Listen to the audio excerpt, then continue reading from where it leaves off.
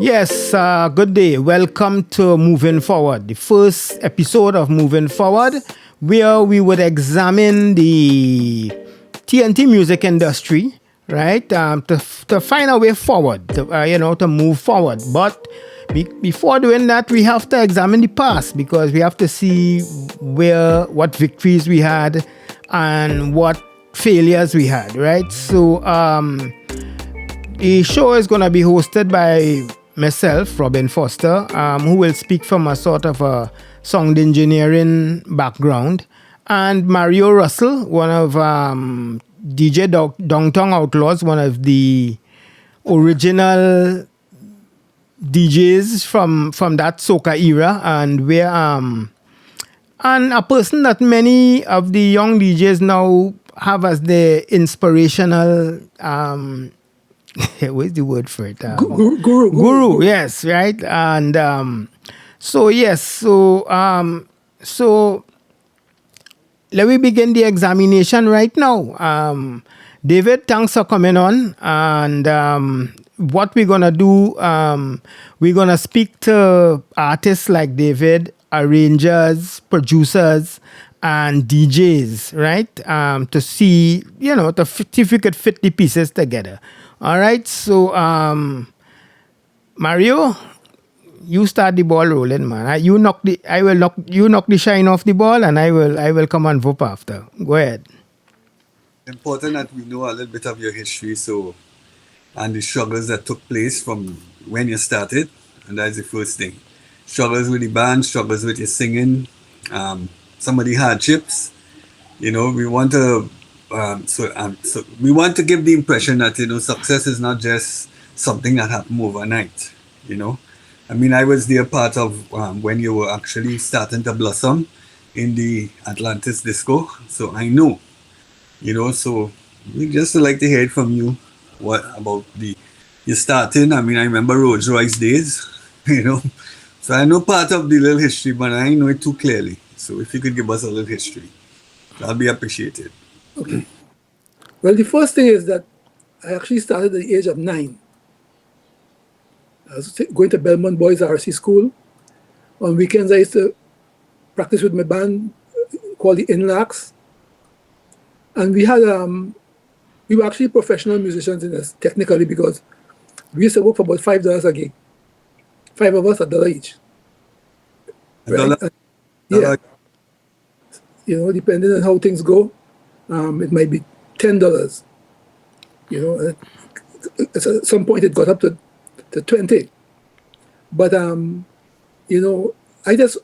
was very lucky in the sense that I knew from an early age that music is what I wanted to do. So that was my advantage. And when people talk about struggles, I'll give them the example of people might think, well, they thought I was an overnight success in 86. Yeah. Right? It was 21 years before that. Well, 21 years in the pit. You see, you went a year more because you say it take 20 years to be an overnight success. You went a year above years. that. All right. 21 years before. Before everything exploded in 1986. Right. But it was, to me, it wasn't like so much of a struggle, because I always tell people I never work a day in my life, because going to work is a different thing to doing something that brightens your spirit. So I never really work, except those little moments where I go PTSC, and but basically I have been just doing this for all these years based on what happened in 1962. That is what, independence? Yeah. Okay. And that period too. I remember that we changed the name of the group from the Inlax to the Solutions, because at that time it was Black Power. So we changed the Solutions, or in 1970? No, 1970. No, this was back in the 60s. Or back in the 60s. Yeah, but the whole thing was there's an upheaval in the society. This young nation had young men going in the hills to young men and women going in the hills and declaring war on the government. Talking about enough, Guy Hayward, Jeffers, Beverly Jones, and all these people. So, as a matter of fact, my first recording back in the early 70s was a song called Mother Earth, which was about the story of Guy Hayward and, Mother Earth was before Douglas Woman? Yeah, Mother Earth was before Douglas Woman. But this is what's important about this is when you tell, you're talking to young artists and tell them about the struggles you pass through. I used to do all kind of work. I used to do what we call 5 days. 5 days is now called CPEP. 5 days. 5 days was before 10 days. Yes, 5 days. I was 5 days. I was 10 days. 10 days was my era. I was on the Davis Street gang. With Mark the Bajan was the head of my Who? With Mark? With Mark, yeah. All right. Because in those days the government used to give all the bad men managerial positions in Right. right. So before they stretched it to 10 days, it was $29.50 for 5 days. For 5 days. Yeah, but my mother had gotten these jobs in the Belmont area, so they couldn't fire me. But the whole racket was you have eight persons in the gang, but 12 people collecting money. Right. Yeah. So the game started from there.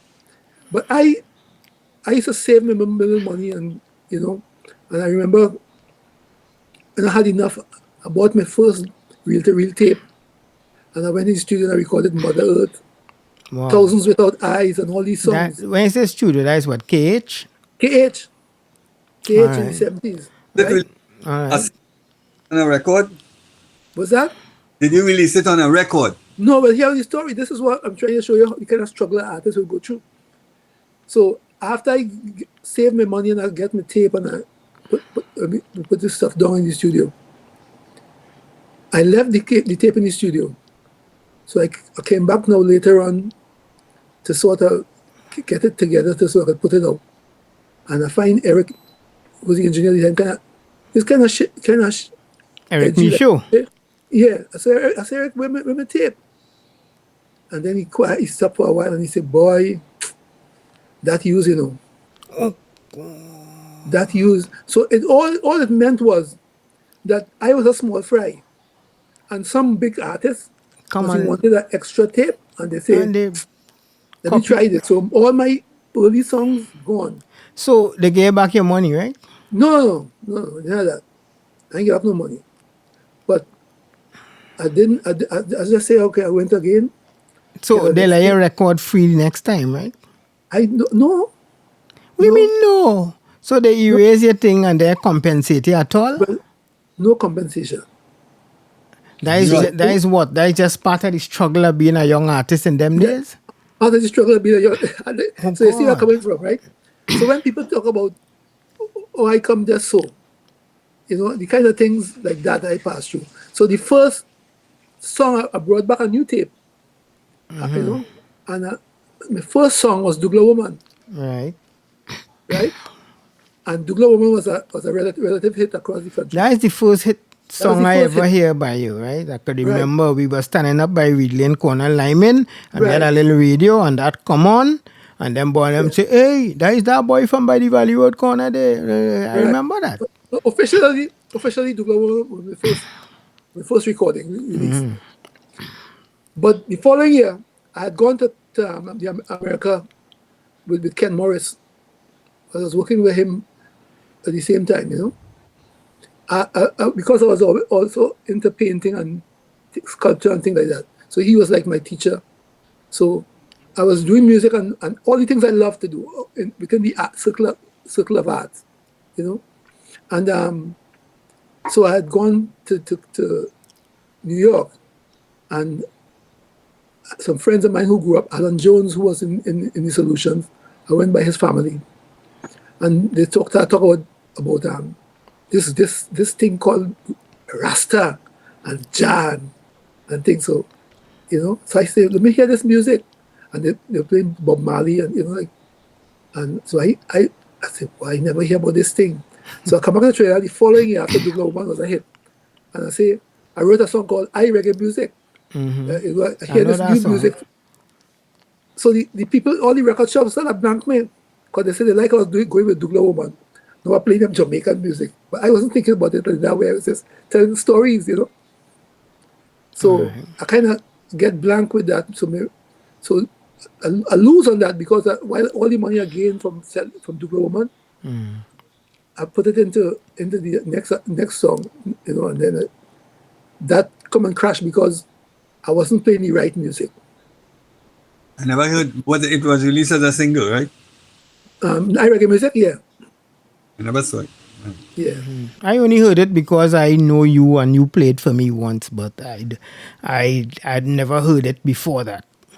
Yeah. It was many years after. So those are the first two songs on my. I had my own label. It's called Bad Bull Music. Bad Boy? Bad Bull.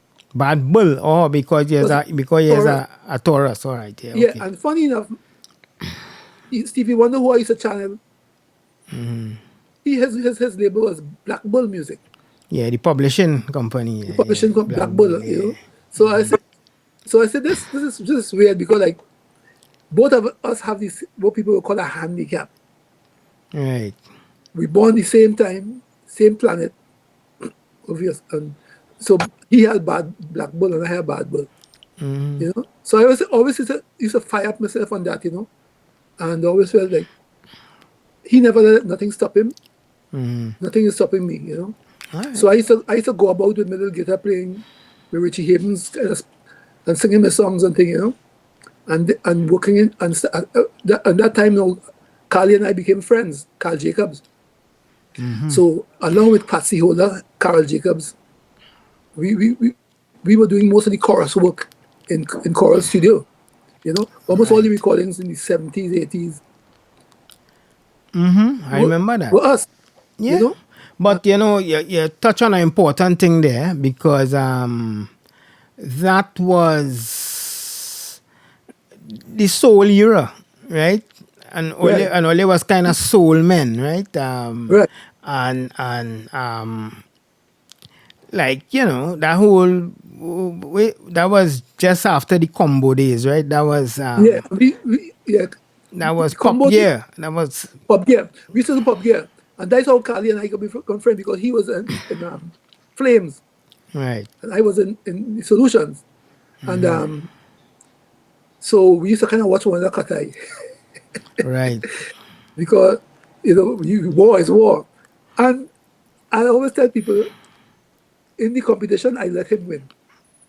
All right. Well, I let it, you see, it's a good segue here because it's something I know I realize in the business from doing soca and stuff is that a lot of people who make it big in soca, right, as not just artists, people who is like producers, arrangers, that kind of thing, told me that in the beginning they didn't even like calypso and thing at all, and they just they wanted to do whatever else, and then they just end up back in calypso and soca by default because I suppose they had nothing else to do or something.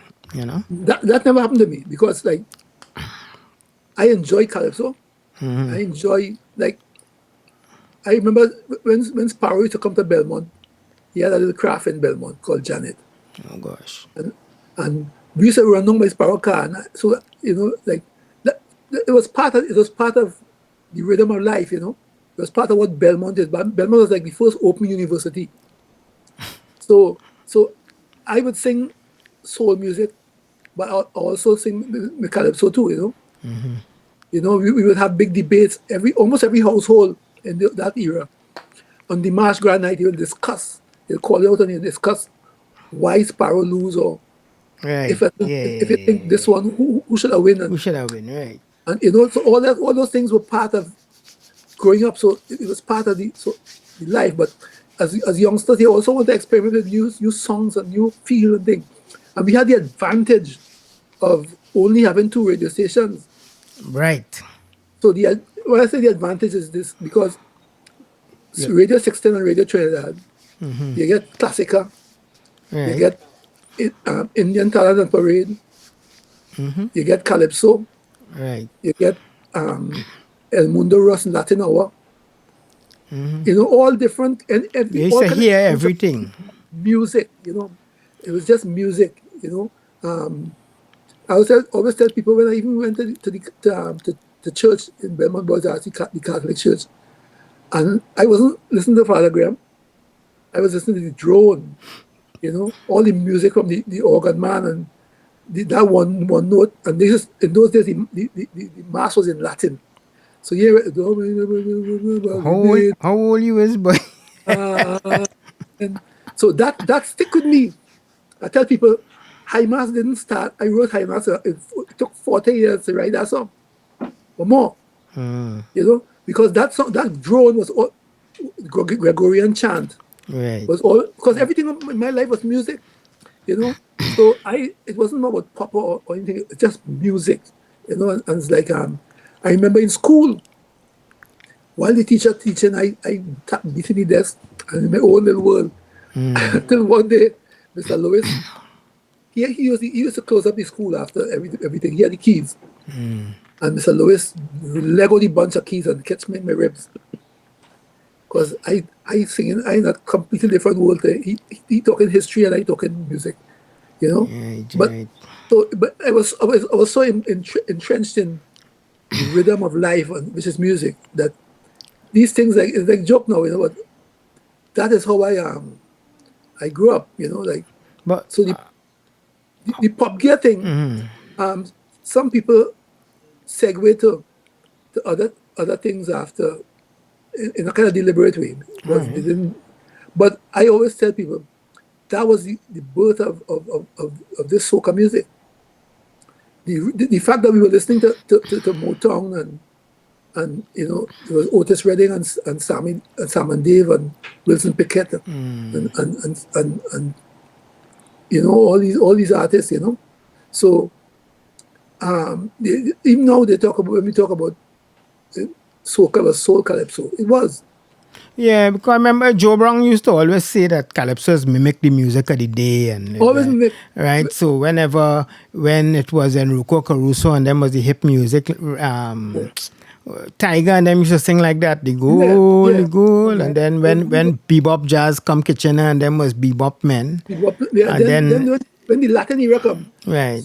both Sparrow and Blake, he started talking about Maria. Maria, right? And then you Yeah. had and then all there was the soul men, and then after that so now that is dance hall and hip hop and soca music, calypso song like that, Yeah, but the thing about it is that the difference is that in those days, calypso was like an amoeba. It would kind of surround the force and split in two. But it was also form a different version of calypso. You understand? The difference now with the dance hall now is that they absorb the dance hall, but you ain't really hearing. It's not something like a calypso dance hall. It's just dance hall, Well, So well, boy, as this is shell shock had pointed out to me once, he said that the lines blurred now, right? He said, and even like certain people, if you listen to hip hop, dance hall, and soca, is not the music are much different. In fact, shock. That song, Roll It Girl by what Alison Hines sang. Alison Hines, yeah, Shock say he wrote that he did that as a hip hop. That was a hip hop piece he wrote, and the fact that Alison Hines went on it became soca. So you see, he was saying that the only thing and I think Martin Raymond is talk about synchronization and syncopation. Sorry, like how Marshall would say what she want a man that is stronger. And then Rose would come on and go, hey young boy, tell me what you see. And it would just be that would determine if it's calypso or if, but it's just the accent of the person who ride in the rhythm now that decide what it is. Yeah, but that is in soca itself, right? But I thought you meant you talk about like the youngsters moving towards dancehall and hip hop. Yeah. You know? Well, yeah, but what I mean is the kind of instrumentation and thing of dance hall, the kind of just the emphasis on just the rhythm, right? That has come into soca as well, you know. Yeah, but soca itself is a rhythm, you know. Yeah, I know, but Soca is it sort of evolved, right? right. Okay, so all right, so Wait, just one all right, question. you go ahead, Mario. I The woman gonna go ahead. kind of move up the ladder, from what up. So what? You remember what year was Douglas Woman released? Was it eight? That was around 1977, 76, 77. Yeah, about that. And so that was Yeah, your era. So I think I remember hearing you perform it in Rolls Royce. You ever yeah. did? I used to do a lot of shows in Rolls Royce, and it, let me see. There was a next song right after that was written by Wade Simon called "Stay." That also became like just after after reggae music. Okay. It was a popular "Stay." You know I love you. Stay. Just yeah. It's just a thing that remember that was like a pop soca, That and was that was under your name or it? yeah, it was under my name. It was written by Wade Simon. Well, I know the song good. That used to play. That was Yeah, a kind of hit, yeah. yeah. And David Cook used to play it every single day, Right. every single day. And them days, Tambu had open your eyes and see. Tambu had That, a black man's prayer and that kind of thing. You know, yeah. I remember. Yeah, around that era. yeah, So, You know. so the Atlantis Disco opened in 1983, and you all won on Thursday night. I remember that. yeah, And a Thursday, I think it was a Thursday. It was yeah. a Every Thursday, yeah. yeah, and I saw the development and I felt it was because of the constant playing out every week in a discotheque with people. I saw the improvements over the months to where you started to excel as the time go on from when the days of the disco, which what I believe was in 1983. So Yeah. your association with the band, how you met Pelham, how you joined the band, how the band came together. These are interesting things, Well, the interesting thing about that was Robin Imamsha, Carl and Carol were in Charlie's Roots at that time. Okay. But being around Carl and Carol, we used to line together. So I used to go with them to when we was playing. And sometimes like I'll say pass a mic for me, I'll sing some background vocals. So then one day Eamon Extra was the bass player. Eamon come and say, I'll talk to you, Then fella saying like how you just come and sing his background vocals, I think. I say, yeah. I said, well, I didn't know that. All right, I step back. But at the same time, the band went. I wasn't in the band yet. The band went to Guyana. And when they come from Guyana, Tambu had lost his voice. So they turned right back around and asked me if I will fall in for Tambu, So I said, sure, And then after that happened, Tambu come back and his voice came back. And I said, well, you could stay with the band, So, well, and Pelham and I started to do songs together. So that's how I ended up staying on with the band, I remember coming into.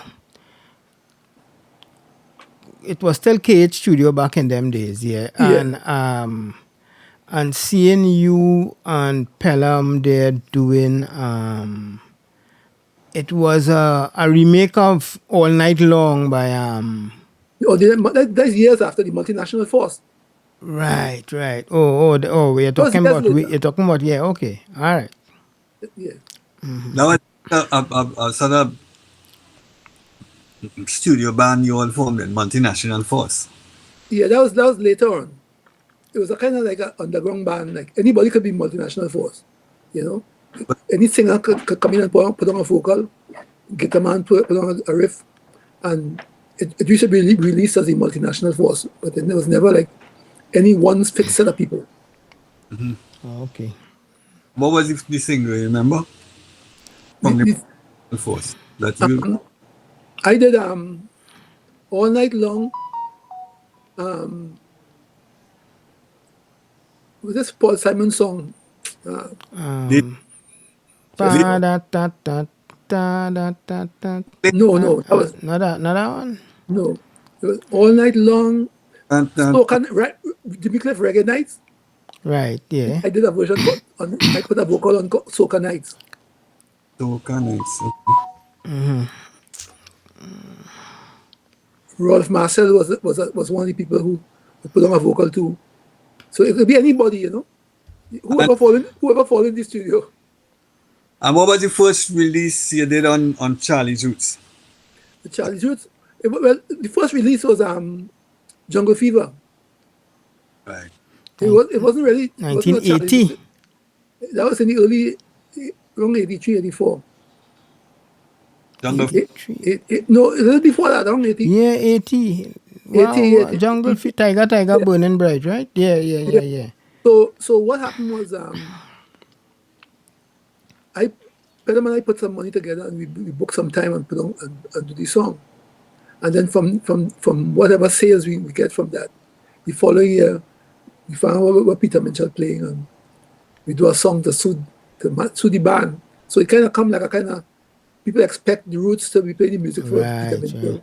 Oh, You know? I thought that Minchell used to commission the No. That's just our doing. All right, Right? there. So Remember, so from that initial investment with Pedram and I, it grew into where we could make more music now. So we do Calabash, and that was the first album. Calabash ended up running third in the road match, and then we had enough money to. Then the Hammer album come out, and it went through the roof. That is when things started really happening, you know. So, and in those days, people used to go out and buy records, and you know, so we made some good money on that, and so we decided, all right, we'll keep the money that's rolling. You know, we used to get help too from like Hollis Cam and Charlie. You know, so Charlie will take the music to mix it up in New York or finish it off and thing. You know, after we done what we do in Trinidad. So we get enough funds to actually do 2 albums now. Right. You know, so Tambu get an album, and I have an album. You know, so that's how the thing grow. But it starts from that. Well, right there is where I kind of want to come in and discuss that whole era, but I want Mario, if you have anything to ask, because I want to really get into that era. So if Mario have anything to ask again before that, I want him to do it now. well, I mean, I observed the band getting stronger and stronger as we go along, right? Yeah. I remember going in the studio one time with Joe Brown in the production. I remember it was calypso music and Yeah. he making you repeat it and you know stuff like that, which was interesting to see the effort that was put Yeah. Joe thing, you know. Joe really made things happen in the sense that he made the players like he was like a good manager. He's like a Pep Right. Guardiola or something, you know, or like, you know, because like he would kind of, you see, there's an eagerness in the musicians to play. Before he's here, the music was good, but there's a certain sense of scrappiness was in there too. You know, a kind of rawness. And then when Joe come he kind of like, nah, put down this piece of percussion here, enhance it with this, Right, yeah. put this here. So we might end up doing And he made everything be in tune. tune. That's what That's what he do, you know. So the thing about it is because there was a time when there was a kind of horn song that was called the Western horn. Yeah, no. And Like them the- keyboards, like the- that I think called, they used to call it what? Caribbean brass. Caribbean brass. And it was out of tune. A little slightly It's like the out of tune, yeah. out of tune. So that even come out like a kind of a form in itself. Well, boy, you see, in a way, yes, but in a way, Bahia Girl had kind of out-of-tune horns, but it worked. You know, what is his name? Speedy. That song, Roll Your Bam Bam, he sing that was totally out of key, right? But something about It wasn't it Bahia worked. Girl. It was the hammer. Yeah, the hammer, yeah. And yeah, Slightly, horns are slightly out, yeah. So all these things like Joe's kind of sort out, and I mean, Calypso music itself was so much. What we had was a 24-track board, and the amount of music we had to put on that 24-track board, split this here, splice this there, Yeah, I remember. just to make sure that they Get get the everything. fit. Everybody on the board pushing up controls and Yeah, putting it up yeah. manually. It was no electronic, no automatic. Yeah. You know, Yeah, I push fader in mix there already too. faders, pushing faders, and yeah, it was great. I remember there's a white when we went to with the hammer. I went up to New York to finish it off and thing, and I had like a white boy called Blaze, like a hippie kind of guy with a come on that bike. And Blaze say I had to cut this, and he cutting tape and he had something in his mouth and cutting thing and the kind of things when you hear this song on the radio, people don't know the kind of things that we went through just to make that production what it is. It's something else.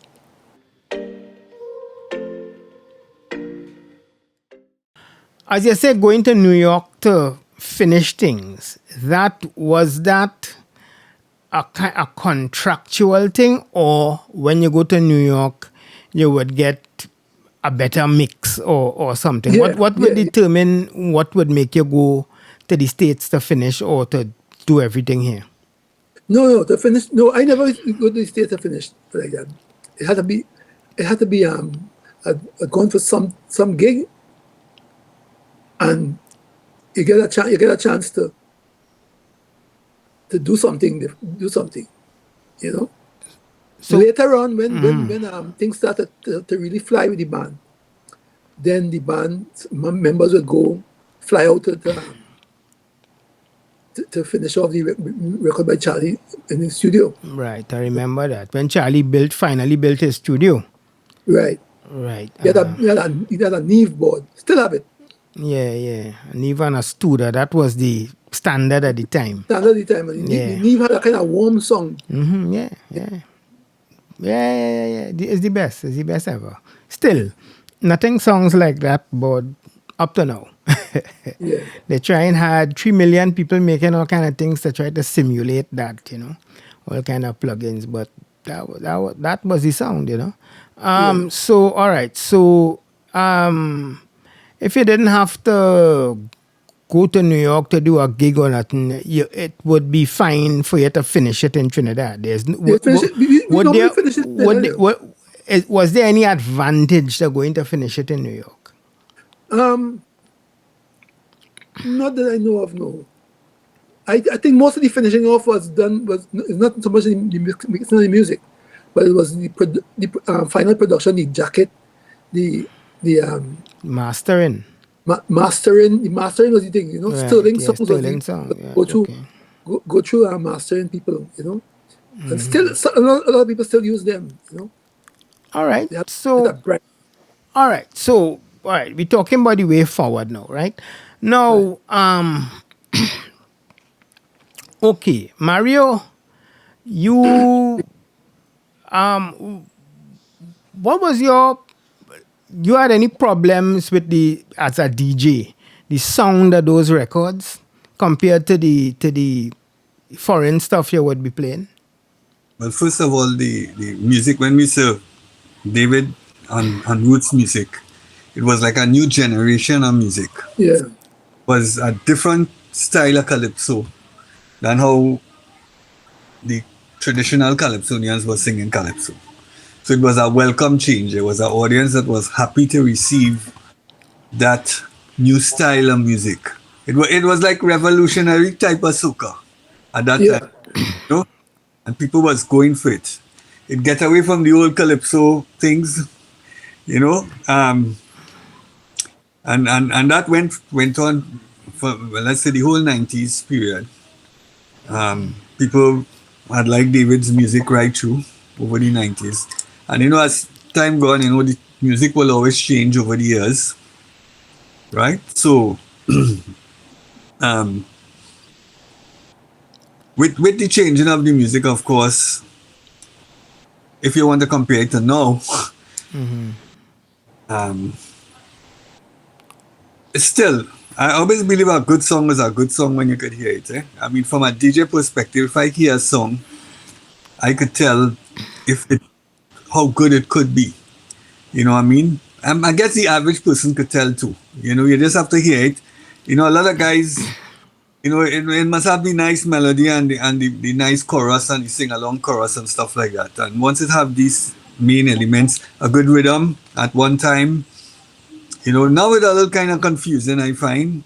Um, but once you have that sing along chorus, that nice melody, the melody had a rhyme with, harmonize with the whole thing. Sometimes mhm, you have a chorus, but they're not harmonizing with the music for people to sing it. And if you could go home and sing the song, then well, that song has potential, yeah. All right? right.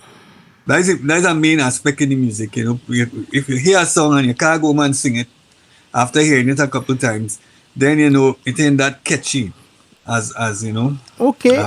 All right. We're talking that. But beside being catchy, a good melody is a good melody. A nice Yeah. little hook thing is thing. I'm talking about something in the production of the music. In other words, why it is soca make it per se, like like We have, reggae did yeah, or any of these things what sounded like soca now make it. Like somebody is making the point to me, they say like everybody who work with Marshall benefit off of Marshall, and Marshall benefit so much off of them, when he work with what the Haitian boy name now, um, right. All of a sudden he had, and then when he worked with Pitbull, all of a sudden Pitbull had something sounding like soca, and everybody, the whole reggaeton thing, Shakira, this everybody, and everybody after working with Marshall had something sounding soca-ish, which you know got very popular, but we ain't, we ain't see no very little soca on the Billboard charts, or if by us, so what do you think is the reason for that? Is it a marketing thing, or is it something in the production of the music was missing or something? I think the production was all right. I think what happened is Trinidad culture, especially, is a strange culture. It's not like norm. It's a very individualistic society. Like if you see 10 Calypsonians coming on the road, you see 10 different kind of outfits, 10 different kind of weird looking things. When you go in a tent, if you see 20 men sing, it's 20 opinions coming out here, you know? And the stories are stories about what's going on in society. And I think there's a fundamental fear of getting too big in Trinidad society. Like if something you're going to break out, there's a kind of, what are you trying to do? Or is she trying to do, it's a kind of subconscious kind of a vibe that, like, it's that our music is our thing, it's not for somebody else, and so on. And even those who want to make it to the charts, which I find is like, there are different ways to claim victory. Like our music is out could be outside of the whole Billboard concept. But it would mean that there are 15 more Trinidad-style carnivals around the world because of that music. Yeah. And maybe that is the way for it to kind of slip through the door. But it must be based on let's make good music and see where it flies. Like I was telling people when in 87, Madness was running up the BBC charts, BBC One charts. Yeah. Lorraine was on the charts too. Yeah, Madness was up, right? And what happened is somebody in the BBC he said that kind of head couldn't come from weed. And when they listen to the song, they hear the word weed. It was pulled off immediately. But the energy of the song, even today, the youth come and tell me, Mr. Rudder, when they drop Madness in the feta thing, when we playing out and it gone, people gone mad, The same old recording, same production, nothing added to it, but it was so good from at that point. It's still good today, So I think the quality of the mixing and thing, as it stands up in things that's going on in popular music in the world now, it's up there with them. It's just that I think if you're trying to break into something, well, I don't know. I remember Joe Brown. It could have been Calypso Music or one of them albums. Yeah, maybe it's that. And he was telling me that when he went up, when he played it for some music people up there, and they asked him, what studio in tongue he do that in, and he told them no, he do it in Trinidad, and he said that was like a big thing, like they were saying, what? We never hear nothing like that come out of a studio in Trinidad, what I mean? Yeah. So, I remember he made the guy who owned the studio at the time, made him invest some money in certain little pieces of gear, Yeah. And it worked out, he got a different sound off of it, Right. But yeah, but my thing is, right, okay, let me reach straight here now. You had a deal, an association with London Records, right? Yeah. And with which is Roger Ames, who was like maybe the top music man in the world at the time, right? He'd control the whole of EMI or whoever, right? And a Trinidadian too. Right, and he was a Trinidadian. Pete is the Ames, the golfer's father. Is father or uncle? It could be uncle. Right, yeah. So, okay, and well, I was told that what I was told is that that you were like given, they would give you money and want certain songs, and they would tell you to be looking for this or that or that or that, and they say, well, you would produce your carnival album, kind of, with that thing, and somehow I remember when we did Bacchanal Lady.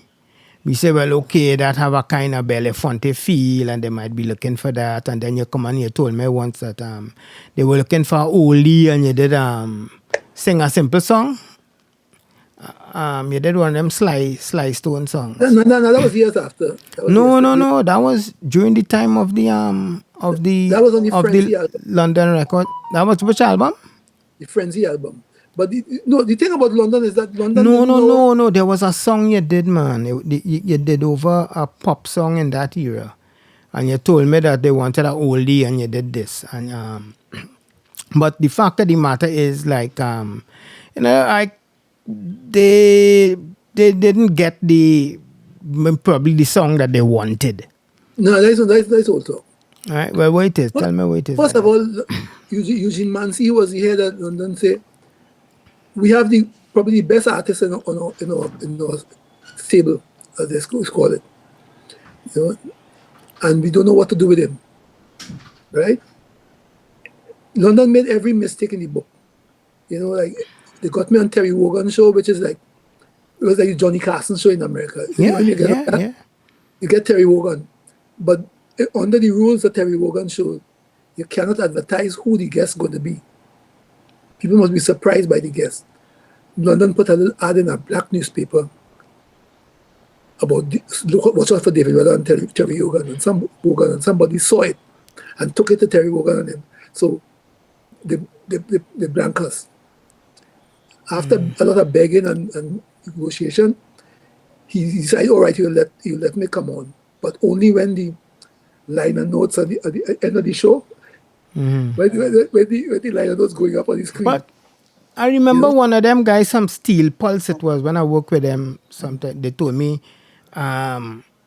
like, they work here on a show with you, Yeah, and then I met them somewhere else doing on some other thing, on a tour somewhere. And they told me, they say, your boy David Rudder, him gone clear. I say, yeah, wait a minute, they say, boy, they say, we see him on some TV shows and thing in England that we can't even get on. So yeah. I say, well, ooh, you get big, they spend some money. No, that was all those shows. One was run by John LaRose for Race Today. He's a leftist activist. Like he his association with people like George Padmore. Yeah, You know, I know right? of Joe. Yeah. So he had a production called Kaiso Calypso Music, and that was the first thing we got onto. Then there was a show with Freddie McGregor, a kind of black who's coming up in the business. That is the one that they got me on, but it was mostly done by a guy called Martin Elborn, who was a kind of like a road manager. But they didn't have a clue to how to record me. So when I say, well, when we're doing this big recording that you guys don't know the finance, so they say, well, we don't do like recording every year. We do it every couple of years. So then they talked to some guys called the Jerky Boys, who was working with Gloria Estefan and Miami Song Machine, and I met one funny enough, I was coming back from London, I passed through America. I was in Miami, and I met this guy. He's one of the Jerky Boys, and I realized from talking to him, I said, they can't. Nah, it's a whole different headspace. And so they finally called Stuart Levine and Larry Williams. They had just done Love Lift Us Up Where We Belong, where they eat with Joe Cocker and I can't remember the girl's name. But they called them and they say, they tell me they like Calypso Rising by GB. So Stuart Levine and Larry Williams do arrangement of Calypso Rising, which had nothing much to do with Kaiso or nothing. So it was just Yeah, it was good. it was I a liked good production, but they haven't had a clue.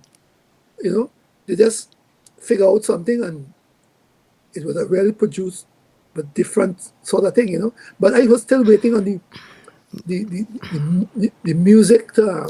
I remember sitting down with you by the Valley Road corner in Belmont, and you were showing me something that London, that Island Records sent for you. Like they gave you or something like a little bag or something you were showing me, right? Yeah. And you were telling me that, well, so it's like London Records was looking for you too. And I remember sitting down with you and saying, David, Island Records might be something to look for because they have a track record of marketing Caribbean But here's the music, and joke. we're talking Here's that, the joke.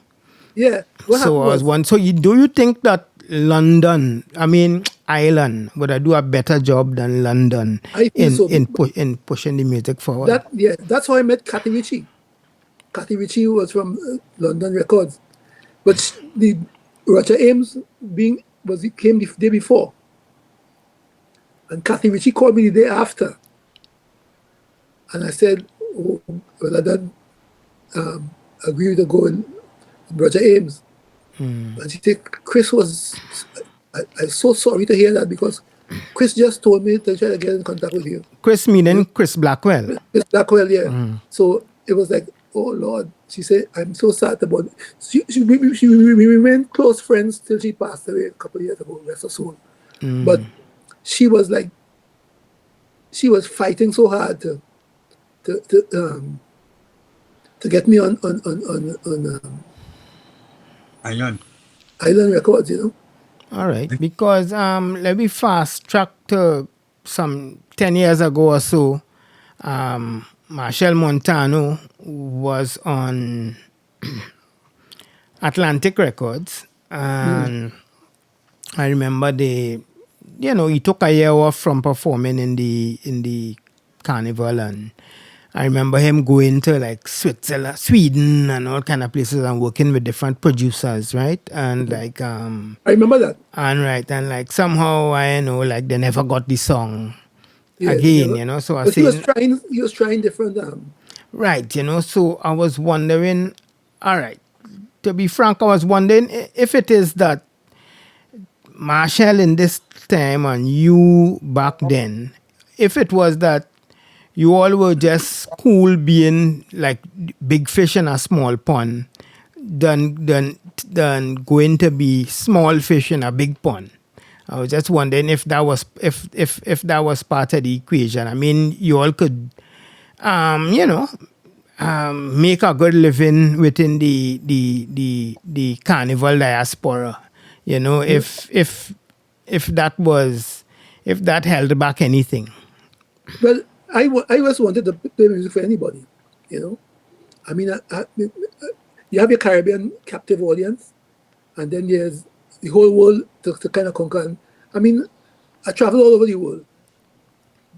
Even in the early days when with the hammer and so on, it was like today in London, tomorrow in Berlin, the next day in Switzerland, you know, and so on, and traveling by bus across Europe, trying to sell myself and sell records at the same time, you know, to the record company, but kind of say, okay, because I signed a 6-year contract with them. So initially, I thought if I said they're going for 6 years, then they probably see something in me that could happen. Things could happen, but they weren't prepared to. I think the problem is record companies, if they're not prepared to put out the big money to break here as an artist, that is a big problem. Because a lot of things happen in London was off of my own energy, you know.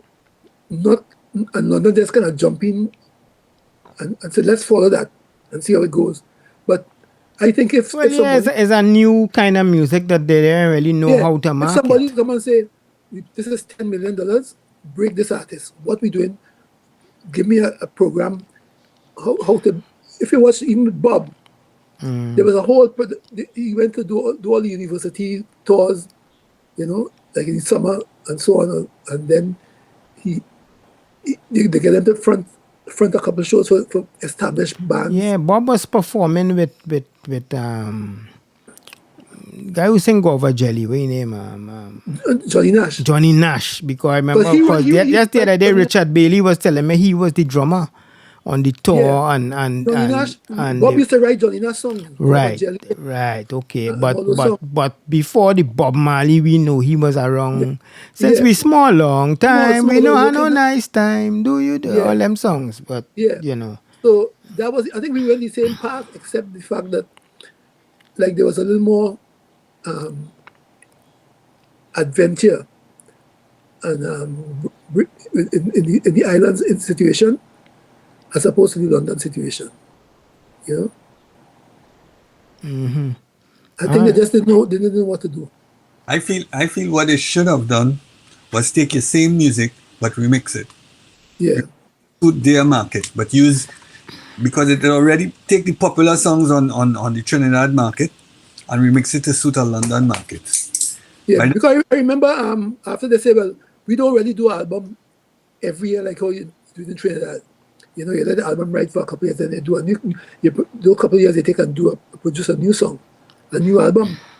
So I said, well, in the meantime, I had a South Africa project I wanted to do. The album ended up being called New Day Dawning, 1990. And then when they decided to put out a kind of sampler CD, they took tunes from the South Africa album, which wasn't it was just a personal private project for me, you know. But and my lawyer in London was also the lawyer for the ANC, so I gave him some of my of those that South African album. And but their money spent on the South Africa album? No, that's my money. I was just doing okay. my own thing in Trinidad. But they said, let me hear what you have. And we sent the tape. And they're taking off these songs off of the South African album to be a kind of greatest hits thing, like to try to sell. But the album itself made no sense. I remember, as you say, Mario, too, I remember Joe Brown doing a club mix of calypso music and thing, right? That was for them. Right, that was for them. But I mean, what Mario's saying is why they didn't send it to whoever is the big club mixers around the world and let them do it. That's what they said. They approached the Jerky Boys, who was working with Miami Song Machine. But then the talk just passed. I meet the guy. He says, you're the guy that David Rudder. I think they talked up to us about doing something with you. And that was all he said. And then that kind of crashed. And then they say, well, Stuart Levine and Larry Williams. Larry Williams had just done a song for Brenda Russell, Piano in the Dark. All right. They also produced the Dark Secrets things. No, Dark Secrets is a whole different. With Andy Paley. Oh, okay. All right. Andy Paley and what's the guy's name, boy? I can't remember the other guy's name. But Andy Paley was the main man. All right. So, but it never got me to this big. The Stuart Levine thing was the only thing they ever did. All right. So let me ascertain now. It wasn't the production of the music. It was mistakes made in the promotion and marketing. Yeah. How do we market this artist? We haven't a clue. You know, that was all right. Because I was told even Eddie Grant told me that London Records approached him and tell him to produce something for you because they wasn't getting the song that they want and all them kinds of things. I don't know how true that was, but Eddie Grant told me that. I mean, I don't know about that. Well, all right. I know he did a remix of the Hammer, which was kind of this weird. Yeah. Okay. And then so I was just wondering why. They always never get in the song or something like that, So, all right. So, Mario, you still think it have something? Wait, what you think the remixing would? Why you think it need remixing in the first place? Of course, it need remixing because, all right, like if you look at Miami Song Machine, for instance, Conga and those kind of songs, how they would have the recording used to be different. On the whole, how it sung, it had a different song. So you needed that song with David's voice. The whole recording was different when these guys do it. Than how we, if you listen to the foreign music, it was the foreign recording. It used to be ponging for superior. All right, you see, we getting somewhere now. So right. That is what I was trying to ascertain, right? So, so there was still something lacking in the production of the music then. Yeah, they do it, but it didn't work out that big. They tried, Yeah, I remember Nigel and Marvin, Follow the Leader. I was wondering if they ever touch up that song or just drop it so as it come out of Trinidad. No, they put out the song before their own, Somebody went and re-record the song While all of them arguing about who is the song and thing and this one jump in and Mr. This one from here jump in and say it's them and everybody and ting. The time pass and the people out there send somebody in some other little group in the studio and record it, and that turned out to be the hit. Right. And every time something about to blow up in Trinidad, it's always be 3 million people fighting, saying, I have it and I do have it and this one and it's mine and it's that and it's that and it's that and it's that. And somehow the people just back off. That's what I said we cannot end up, when we see it going too far, let's pull back. No, not a matter of going too far. When they see it about to happen, everybody get greedy and say it's mine. That's part of the pulling back. That's what I'm trying to tell you. It's sort of like two different vibes, but subconsciously, we seek to find ways to defeat the ultimate goal. If your calypso music could have been a hit, if it was remixed with international remixers, giving it that heavy song, Yeah. when it that feel. But So- I feel I could just pick it on a dance floor and you're talking about calypso, but it's just calypso. The chorus is all you really need, eh? Yeah. So London Records wasn't willing to do that. That's what you're saying. That's a lost opportunity. That it probably could still happen, but I mean, it had a lot of potential, that song. So London wasn't going to spend the money to do that? London used to, we used to get horrors when we rode. We used to drive it. We had this 16 bed bus, right? So we cross the in English Channel on a ferry, land in Europe, drive across Europe and thing, right? Promoting the music and thing. But it was always fine. Like the company gave us, the road manager would say, well, we have X amount of a couple thousand here to keep us going with bus and so on and so it's almost like That's how our tours be, right? Yeah, but it's what we say, tours like have a budget and you just have to kind of cheap budget. right, yeah. But nobody ever say, okay, we want to break this artist. Let's put out what was the cost to break this artist? 5 million, 10 million, put it out. So if you put out that kind of money, you want to get it back.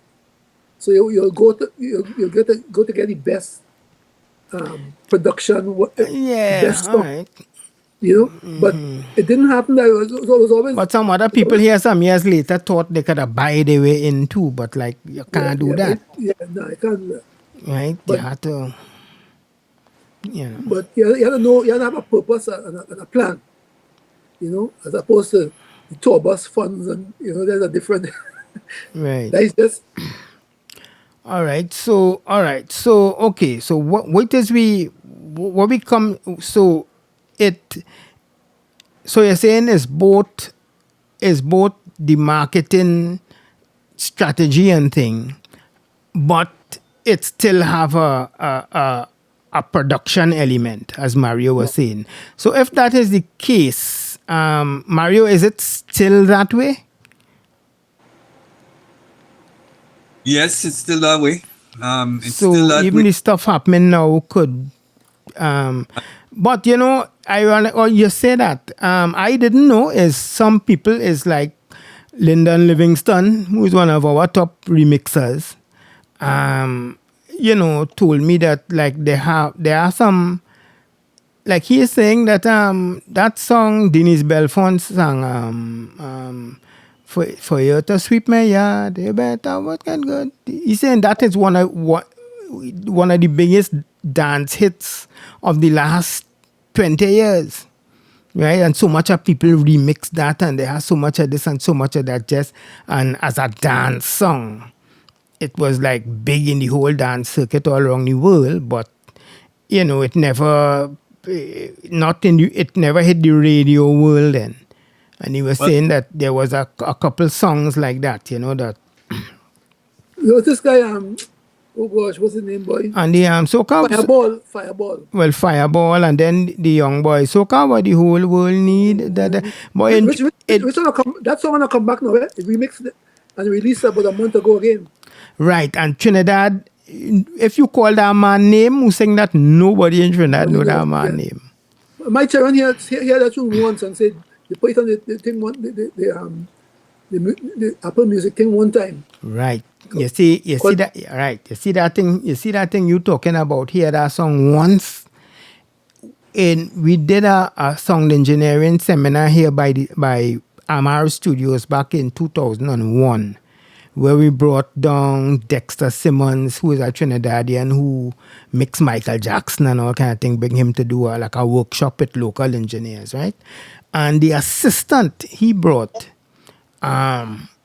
working with him in the studio, very quiet fella, look kind of Mexican, real quiet, and just doing stuff. And when and it was January kind of time, so a lot of the new soca and thing was coming out. And whenever this song, what's this song?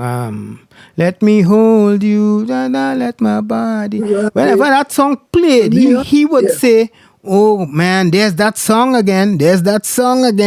So that song catch him, and like that song turned out to be.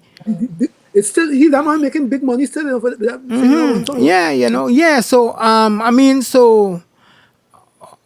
okay, what it is that had that all the other soca's didn't have? That encounter with a man in a fete men in fete looking for women to take home tonight. That is the standard around the world. Like the anthem for that kind of space. But one thing we talk about the son and them put the thing on Apple Music and thing one time.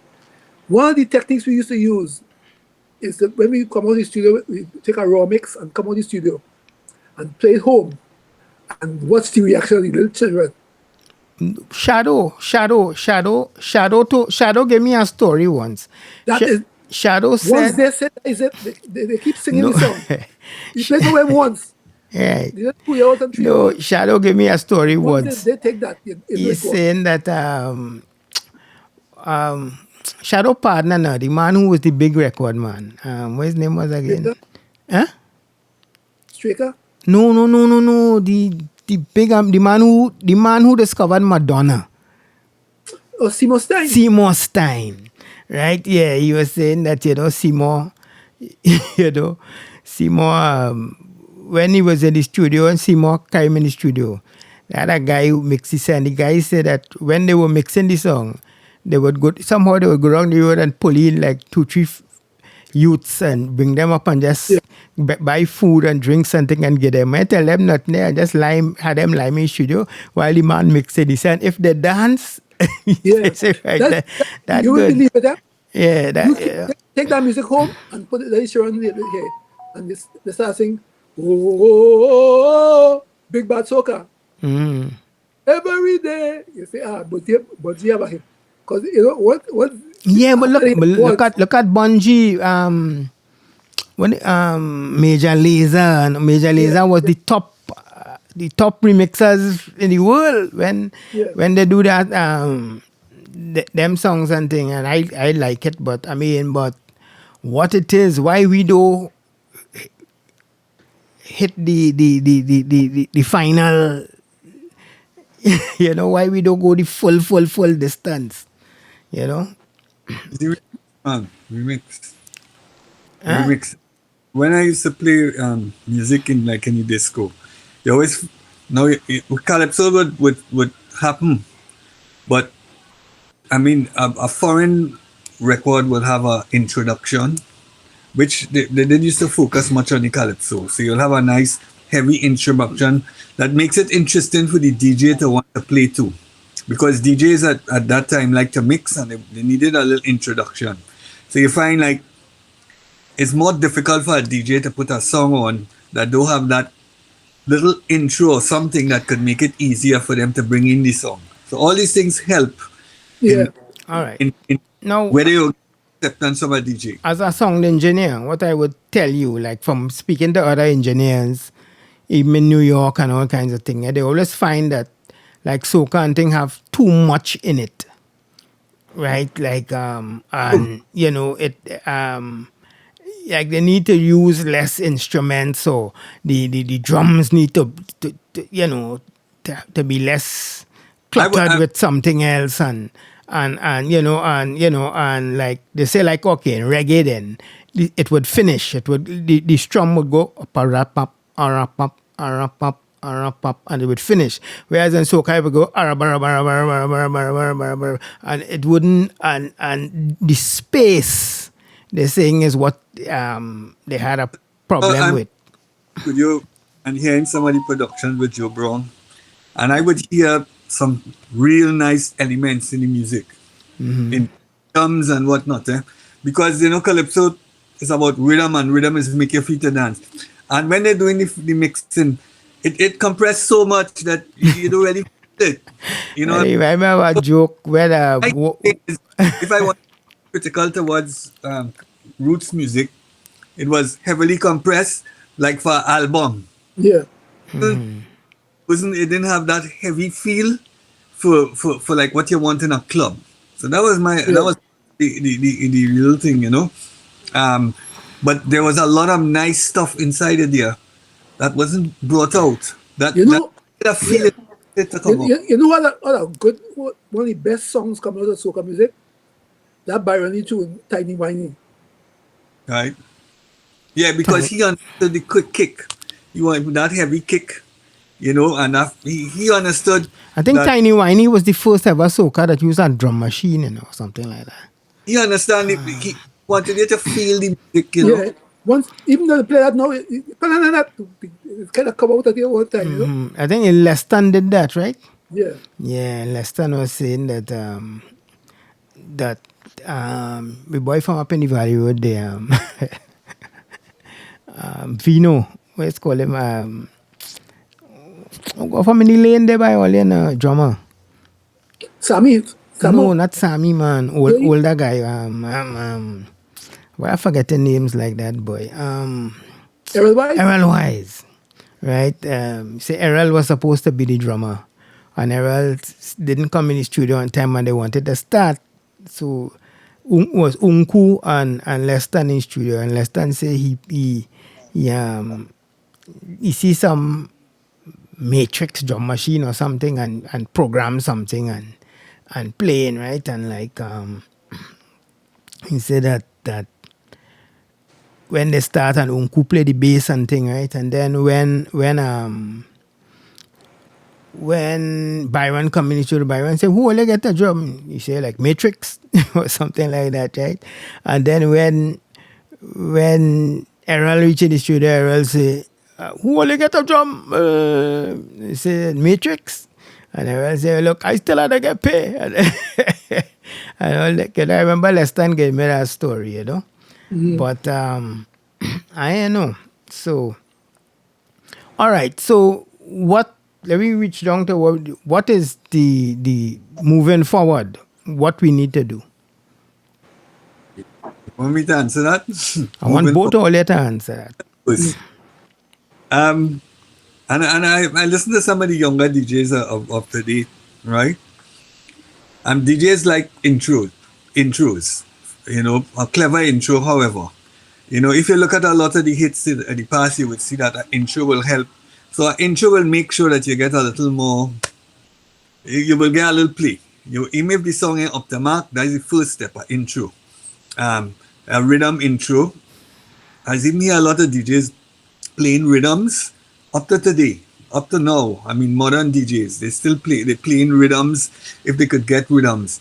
You find that we have a lot of singing in the music and there's no space, meaning, everything just the voice and no room for really the creativity of the, you're hearing little certain instruments and things, it look like, everything is just in the production and tight together, and DJs really like to hear some of the raw rhythms, things that could make a person move. So first of all, in a production, I feel the rhythm itself is supposed to make you move by itself. And that feeling is supposed to stay in the production, in the final production. It mustn't be lost in the mix. Yeah. That's the first thing. A little intro and the rhythm itself on its own make you want to dance, right? Then you just make the chorus. The part taken though, I feel Calypso went down a part that was incorrect. I feel they should have go more for the Europe market with the faster beats. They were already on the fast beats from 120 up. So they could have, meaning that the same songs could have been remixed in a more club format using the same music remixed. But I think we went down a more dancehall road and a hip hop road. You know, I felt we should have covered that European part of the market, which would have make us probably be more acceptable because there's a big audience into dance. You But know, most of the big hits we had is out of Europe. The Fireball, the Nigel and Marvin. You know, a lot of those when they took so a lot of the hits that come out, even Mach and Katie Kisun. You know, yeah. when you think about it, I see Europe, Casey Kisun singing with I forget the name, so boy, the big drummer out of England who became a star. Genesis, what's his name? there's, Phil Collins. Yes, I see her singing on live show with Yeah. Phil Collins. Yeah. I remember one thing that used to tell me in London when I signed with London Records, a lot of the English musicians and things would say, people don't know this, but you had to break here first, break in England first, and then you could go to America and be a star. You can't go be a star in America and break here. Right. You usually flop. You might be a big in America and flop in England. But he say if you break here, it most likely you'll be up there in America. All right, David. We moving forward. How we doing that? I think some new interesting things are happening in society. People are sending me some songs that kind of like just different, but it is us still, you know.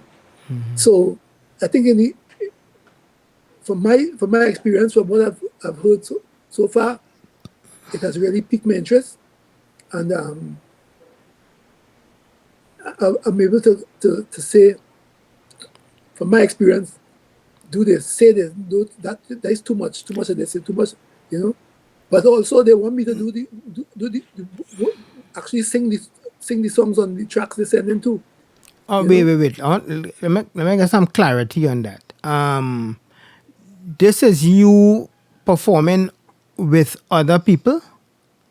Other people's music. All They right. send So also, basic so track. people out in Canada or out in the States or out. No, in Trinidad, from Trinidad. All right. So why you never really work with, let me say, producers in Canada? Well, I know you work with Hatcher, right? But Right. I mean, like people in the States or Canada, you know. Right? I think Canada don't really it's a different place. You know, I think Jeremy, because he's so attached to Trinidad culture, but as a Canadian, he understands it more than So you anybody. never wanted to work with somebody outside of the culture? That's what I was supposed to do with Stuart Levine and Dan Williams and all these people. I will work with anybody, you know. It's just that you can't just go and tell somebody I want to work with you. Why not? I just always hear that and think, hey, I always wanted to work with him. I say, hey, let's do something. And then the people think, you know. Yeah, but I've never, let me put it this way, I've never been in the position to tell somebody I want to work with you, you know. All right.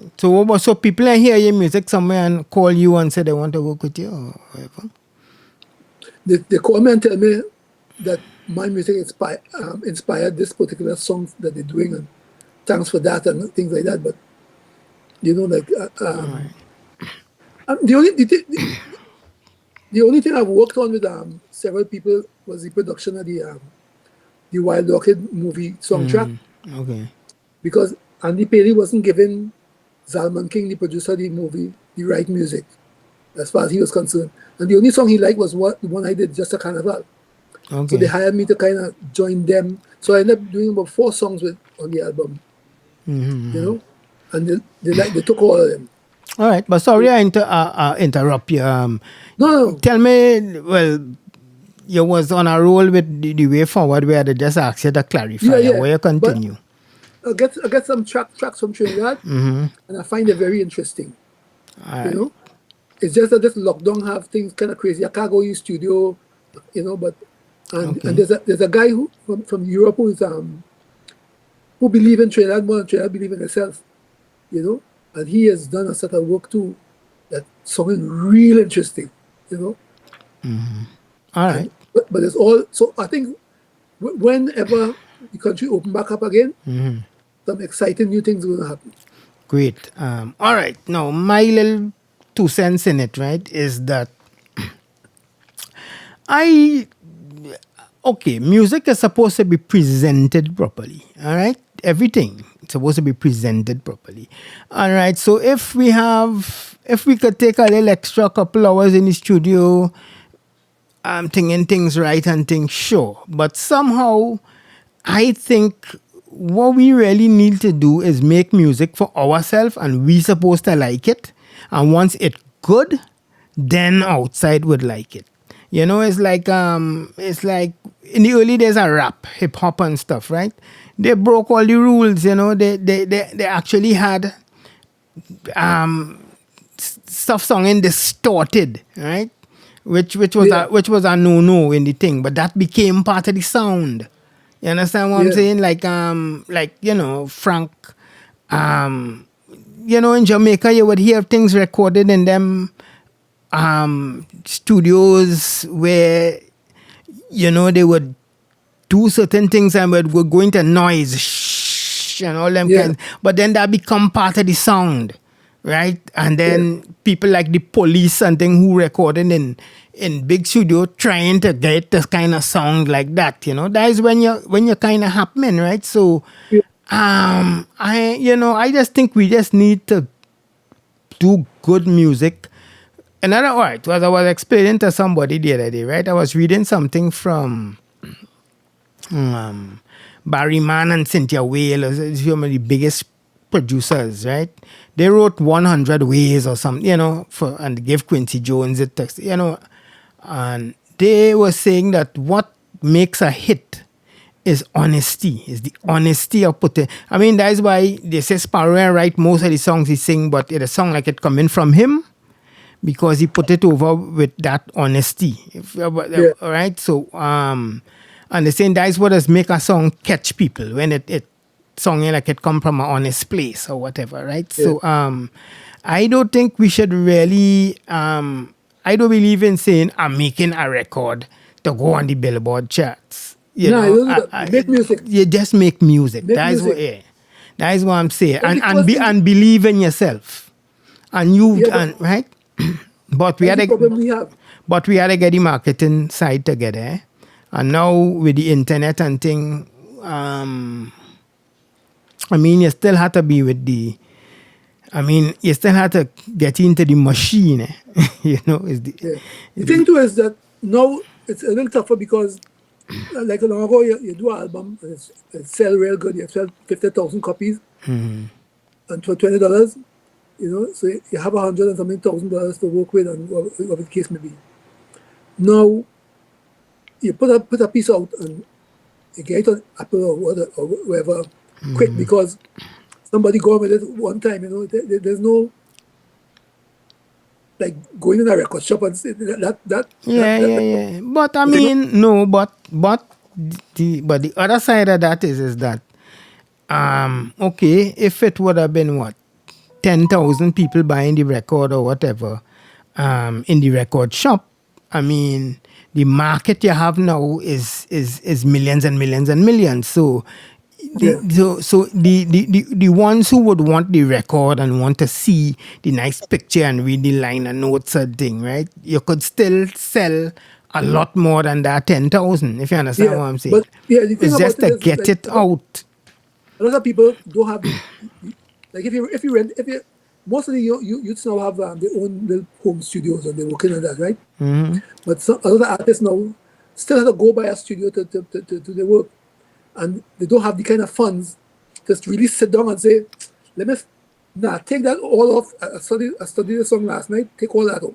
Put this in now. Right. And take a next day. You can't do it again because like you don't have Yeah, well, so 10 you funds. still need somebody to build the artist then, to you know. Yeah. But Trinidad is not a place, so boy. Sorry to say, we like to pay money to people who have money already. You know, Yeah. we wouldn't. Yeah. You know, some years ago, we had a show on BET called Trini Rhythms, it's show every Saturday, and we had no music videos, right? But we wouldn't. You wouldn't give young artists the money to do music videos so we could have something, you know. Something in the Trini machine had to change. Robin, I think a lot of artists going on the right road in the sense that they're doing videos. That's the thing. Nadia and some of them and Naila, although, you know, they're doing good videos. So Yeah. some of the videos tend to be the same, like how some of the music tend to be the same. You No, I think, listen, I think we have video and audio wise, we could produce a comparable product. I have no doubt in my mind. It's just it's just to take the time and do it properly and you know. And all of them things are sung the same way to me. I mean, like, I don't know. But I want to ask you a question because I can't recall. What about your feeling as regards to rhythms? You see, like they might do a rhythm. I mean, we get flooded with rhythms. You know, you find that they might have maybe 200 rhythms for the carnival season. Different rhythms with about 5 and 6 artists on it. What's your take on that? How you feel about that? Well, look at it this way, if 5 or 6 of them come out with something so strong that all of them can stand up on their own, I for that, because it's still music. It's still a creative force coming through what that rhythm is about, you know. It's you to kind of make it happen. So if you have 6 vibes happening and all of them really good, I have no problem with that, because if you had said to yourself, well, the 6 of you on that, you know, me, I think I want to ride that rhythm now. You might have also, because the song you have might have suited that rhythm. So I don't have no problem with it, you know. But I don't want it to be the be all and end all, you know. It's almost like everybody who had to ride a rhythm, you know. We make music, just make music, you know. Make music. Do not start with that. Make beautiful music from your spirit, you know. And it don't mean that you have to be happy to make the beautiful, because most of the good music come from pain, anyway. So take where you get in society and turn it wrong, and it'll come out. If you're a real artist, it will come out. All right. So we just about an hour and a half now. So we should kind of time to wrap it up now. Mario, you have anything to add? No, you can go ahead and go ahead. Well, all right. Well, boy, this was an interesting conversation. The direction, how you think we heading now as regards to the soca industry, the direction? I mean, the music you're hearing, right? I mean, you might still probably get about 10 songs that would make it big out of maybe 1,000 songs for the season. What are your thoughts on that, for instance? Do you feel that I think it's an open market, a lot of radio stations and whatnot. What are your thoughts on records making, new artists happening on the scene? What advice you could give them on that? All I would say is, if you're young and you fall down, you can always dust and get back up and go again. Right. If you're old and you fall, you don't have that chance.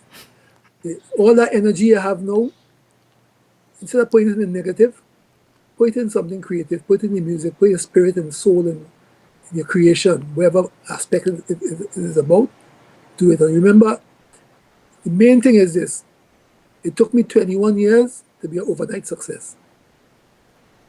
If that could help you, hey, you're ready to go.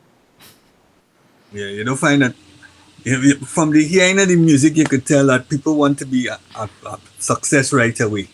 So they're making songs rather than using the creativity, the inner creativity. They're making songs to let me see if I could sing this song so it could happen in a party. You know, and you're not seeing that, you're not hearing and you're not seeing that feeling, that inner feeling that you're looking for. Yeah. A lot of songs ain't have that, and it means that the artist not giving it the attention it's supposed to give. That is my thoughts on it, you know. And we still a country of words, eh? People are attracted to words. So at the end of the season, every carnival season is the song with the words that reach the top. The city got burned down, we jamming still. So it's still the words at the end of the day. The savannah grass, all of it is family. You know, people need these to hear words. It's all right to jam on a bumper, but everybody jamming a bumper anyway. Anyway, but then where's the story that will catch the listener? You know, it ain't gonna be no big elaborating, but the storytelling still is the one the thing that rises to the top at the end of the day. Check it out. At all, man. I mean, calypso vein, the inner calypso, what do you call it, hasn't changed. I mean, it's storytelling. That is what calypso remains that way, even to the big songs now. That's what they sing. Yeah. Yeah. So yeah, so we good?